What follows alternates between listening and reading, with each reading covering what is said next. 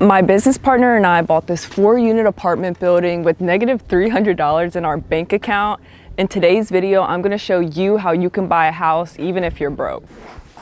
First things first is you need to find a property that needs some work, and you want to directly reach out to the sellers yourself instead of using a website like Zillow.com. The main way we reach out to sellers is by calling them, and here's the easiest way to do it. Go to a property that you like and you want to buy that is in some sort of distress, and you write that address down. Then go online to a website called truepeoplesearch.com, and this way all you have to do is input that address on the website and it will give you the owner's name along with the phone number, their personal phone number, for free. Next, you're going to need to call the seller to see if they're even open to selling. And quick note, down below I added a calling script that I use personally that you can have for free, so you already know what to say to the seller. And when you're calling them, if they say yes, they do want to sell, then you're on the right track. Now, this next point I'm about to tell you is the most important part. If they say yes, they want to sell, you need to figure out at what price, because you need to get the price at a discounted price for you to be able to make this work and buy this house with no money out of pocket. You're probably wondering, how am I even supposed to know if it's discounted? How am I supposed to know what to even offer? Well, first and foremost, remember how I said you need to find a house that needs some TLC, that needs some work to it? Well, guys, that's step one. After that, we need to figure out what the property could be worth after you put work into it and it's completely remodeled, it's brand new, it looks amazing. We need to figure out that price and work backwards. So this is how we're gonna figure out that price. You wanna go on Zillow.com, and this way you wanna figure out the characteristics of your current property. Is it a single family? Is it a multifamily? And a multifamily basically means it could consist of 2 units, 3 units, 4 units, and that's the residential side of things. But it could get even bigger if you're looking at bigger properties, and anything that is 5+ units consists of a commercial property. But just to keep things easy, let's focus on residential in a single family property. So once you figure out what the property is, let's say a regular single family property that's detached, meaning it's just singular by itself, you want to go to Zillow.com, type in that property address just so you can have it in one tab. It will show you if it's a 3-bed, 2-bed, whatever the characteristics may be. It will show you if you have 1 bathroom there, if it has 2 bathrooms, and then it will show you the square footage of the property. Now, these are the main things you need to see what the property is going to be worth after it is fixed up. So once we have that information of your address that you're trying to figure out the price for, make sure you write that down so we have that in mind. Now what I want you to do is go back to your Zillow tab, and you can also type in that address, have it there, and scroll down, and it will show you comparables on that same Zillow page if you scroll all the way down to the bottom. Now this is going to show you other properties that are alike your property that has similar bed count, bathroom count, and square footage count. And you want to really match the property with yours as close as possible, just for you to see what the property could be worth after it is fixed up.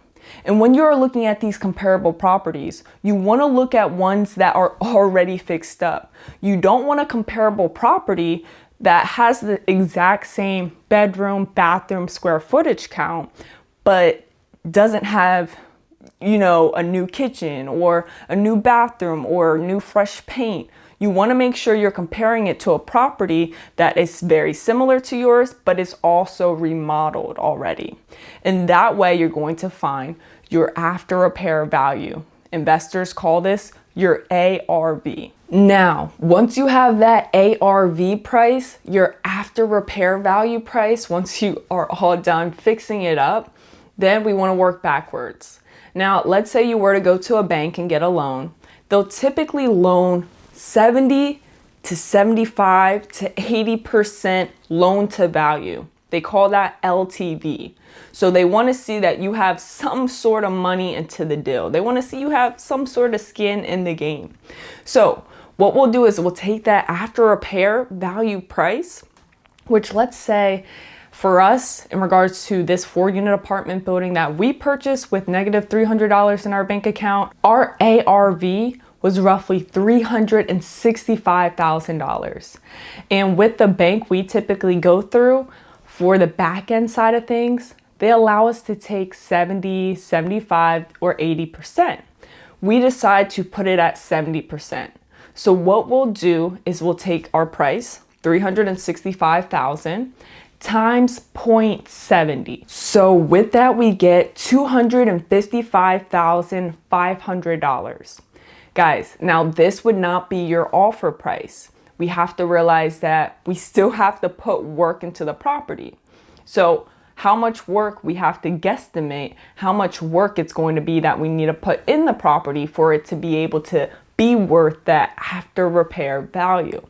And we realized with this property, we would need roughly $40,000 for it to work for us. So what we'll do is we'll take this price of $255,500 minus our rehab cost of $40,000. And that price we get is $215,500.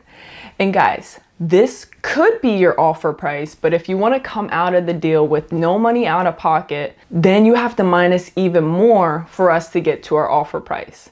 And you may be wondering, what else do I need to minus to get to that price? Well, number one, you have to think about you're going to have closing costs. Buyer pays for their closing costs and seller pays for their closing costs. Now it's all negotiable however you want to do that with the seller, but you have to take that into consideration. Now, remember, the higher the purchase price, the more amount in closing costs that you would have to pay. So closing costs can roughly be 3%. So if we do 215,000 times 0.03, that shows $6,450 just set aside for closing costs alone. Guys, I like to be conservative and overestimate so there's no surprises at all. So I'm gonna put in $7,000. So if I do 215 minus the 7,000 in closing costs, and that's just the front end closing costs. We also want to take into consideration the back end closing costs when it comes to the refinance, and we go to refinance our initial loan for us to be able to have no money out of pocket. Now, those fees on the refinance side of things is going to be different from that regular average of 3%. You can have a lower refinance fee or you can have a higher refinance fee depending upon who you guys go through. You can go through a local credit union, which we typically do, and those fees are so low. Sometimes it's $1,000 to $2,000. Or you can go to a mortgage broker, which those fees start to add up. So make sure you do your due diligence with that. But let's say we go through a local credit union and their fees are $1,500. I would minus $1,500 from our $208,000 price. And then after that, it would show us we're at the number of $206,500.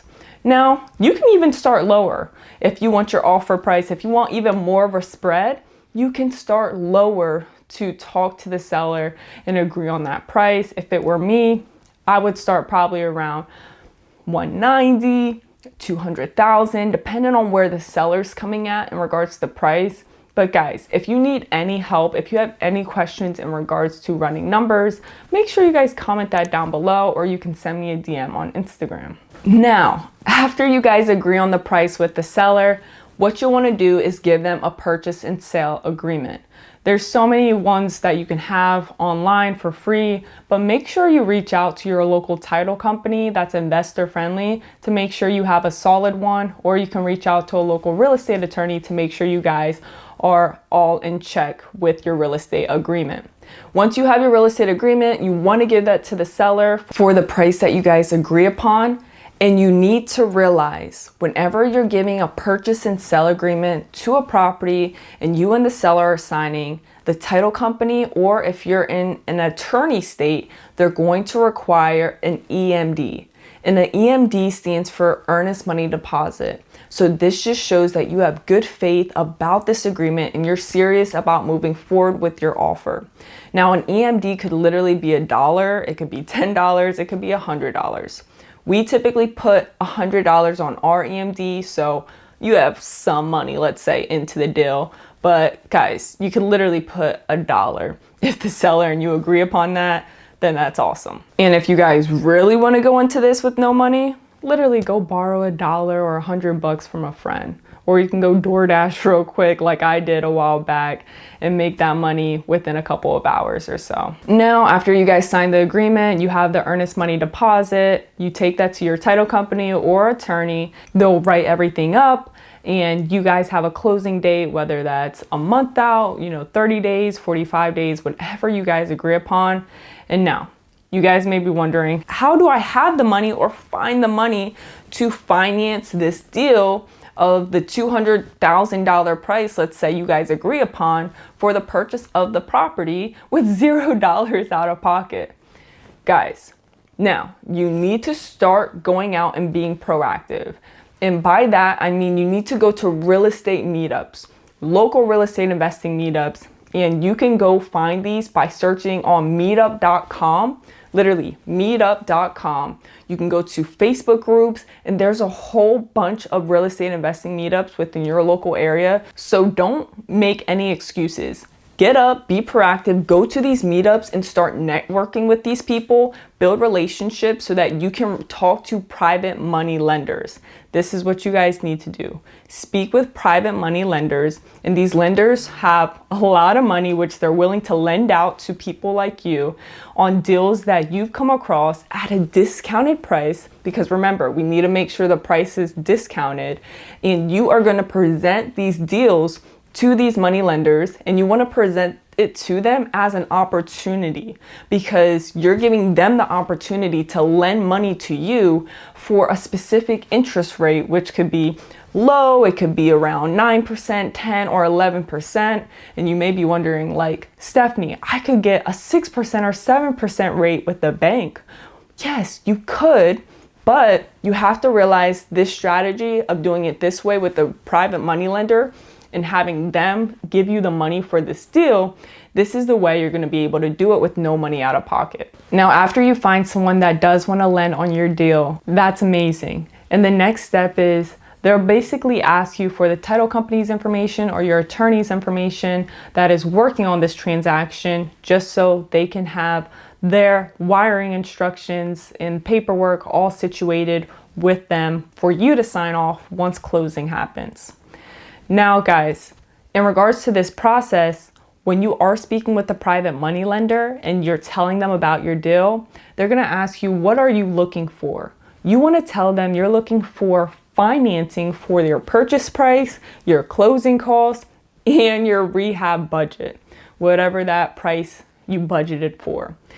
And that's 100% financing. And guys, if you're brand new to this, which I'm guessing you are if you're watching this video, you can also tell them that you're willing to partner on this deal so that they just bring the financing and you guys can split this deal 50-50 to get your feet off the ground. And after you build experience with this deal in particular, you can just have the ball rolling and build relationships with other private money lenders where in the future deals, you can own 100% of the property and they can just be the private money lender. And once you go to refinance the property, then they would be out of the deal and you would own it 100%. Now, literally after you have done all those steps, you're basically ready to head to the closing table, and the title company or that attorney is going to give you a HUD, or it's also called a settlement sheet, and it breaks down all your prices on the document of what the seller has to pay, if they have to pay anything or if they get money back,